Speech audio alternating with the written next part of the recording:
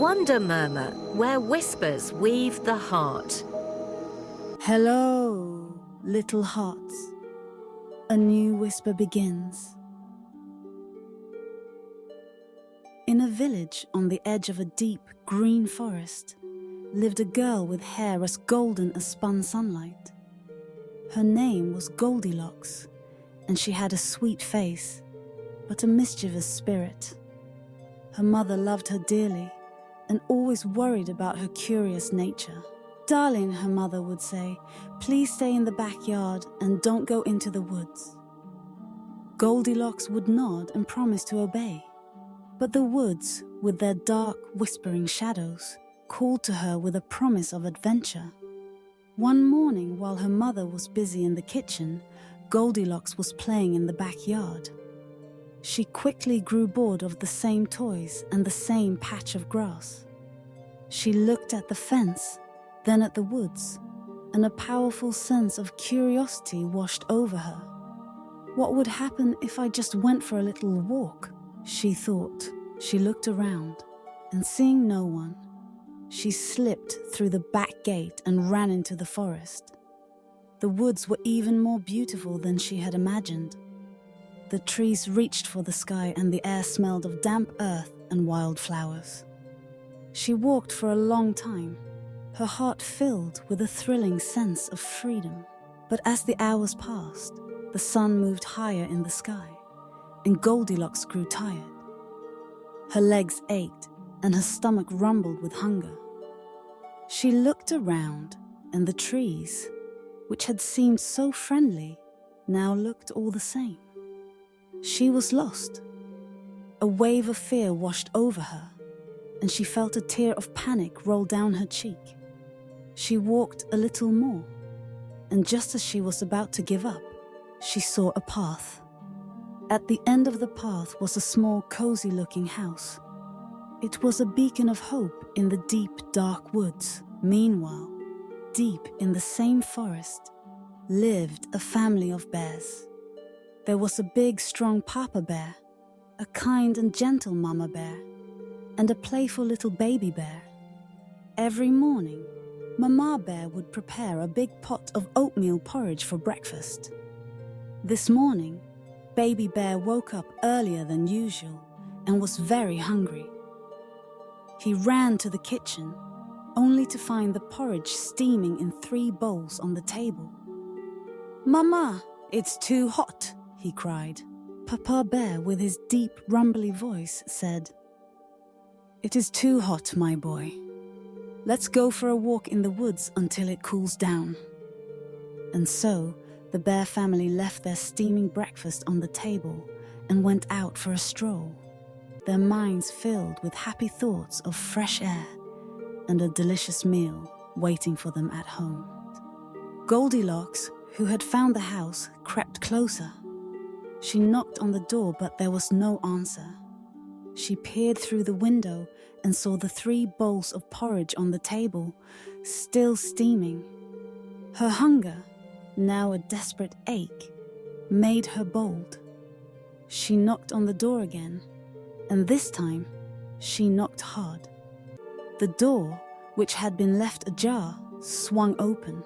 "Is anyone home?" she called. The house was silent. Without waiting for an answer, Goldilocks entered. The house smelled of honey and fresh wood, and the sight of the 3 bowls of porridge was too much for her to resist. She went to the table and saw 1 big bowl, 1 medium bowl, and 1 small bowl. She grabbed the spoon and took a big bite from the big bowl. "Ouch!" she cried, her mouth burning. "This porridge is too hot." She quickly took a bite from the medium bowl. "Ew," she said, making a face. "This porridge is too cold." Finally, she took a bite from the small bowl. She sighed happily. "This porridge is neither too hot nor too cold. It's exactly the way I like it." And with that, she ate every last spoonful. With her stomach full, she felt tired.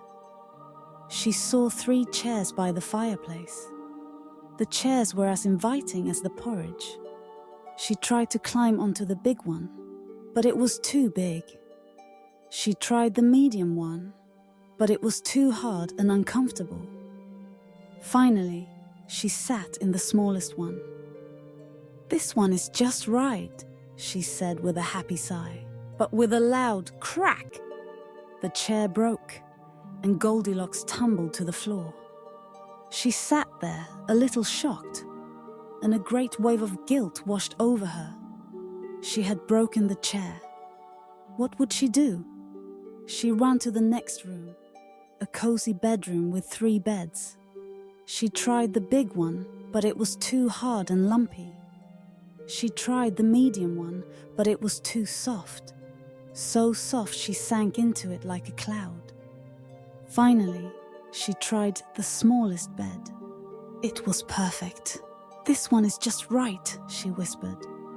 And with her heart filled with the warmth of the porridge and the comfort of the bed, she fell fast asleep. A while later, the bear family returned from their walk, their faces filled with happy anticipation. Papa Bear, his nose twitching with the smell of home, was the first to speak. "I can't wait for my porridge," he rumbled. But when they entered the kitchen, their happy smiles turned to frowns. Papa Bear looked at his bowl. "Somebody has tasted my porridge," he growled. Mama Bear looked at hers. "Somebody has tasted mine too," she said, her voice filled with a quiet anger. And when Baby Bear looked at his empty bowl, he burst into tears.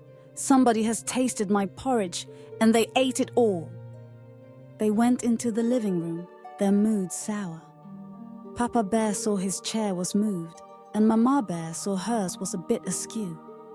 But Baby Bear, seeing his chair, began to sob. "Somebody sat in my chair and broke it." The bears were now more than just angry. They were confused and a little frightened. They knew someone had been in their home. Quietly, they went into the bedroom. Papa Bear saw his bed, the blanket pulled back. "Somebody has been sleeping in my bed," he growled.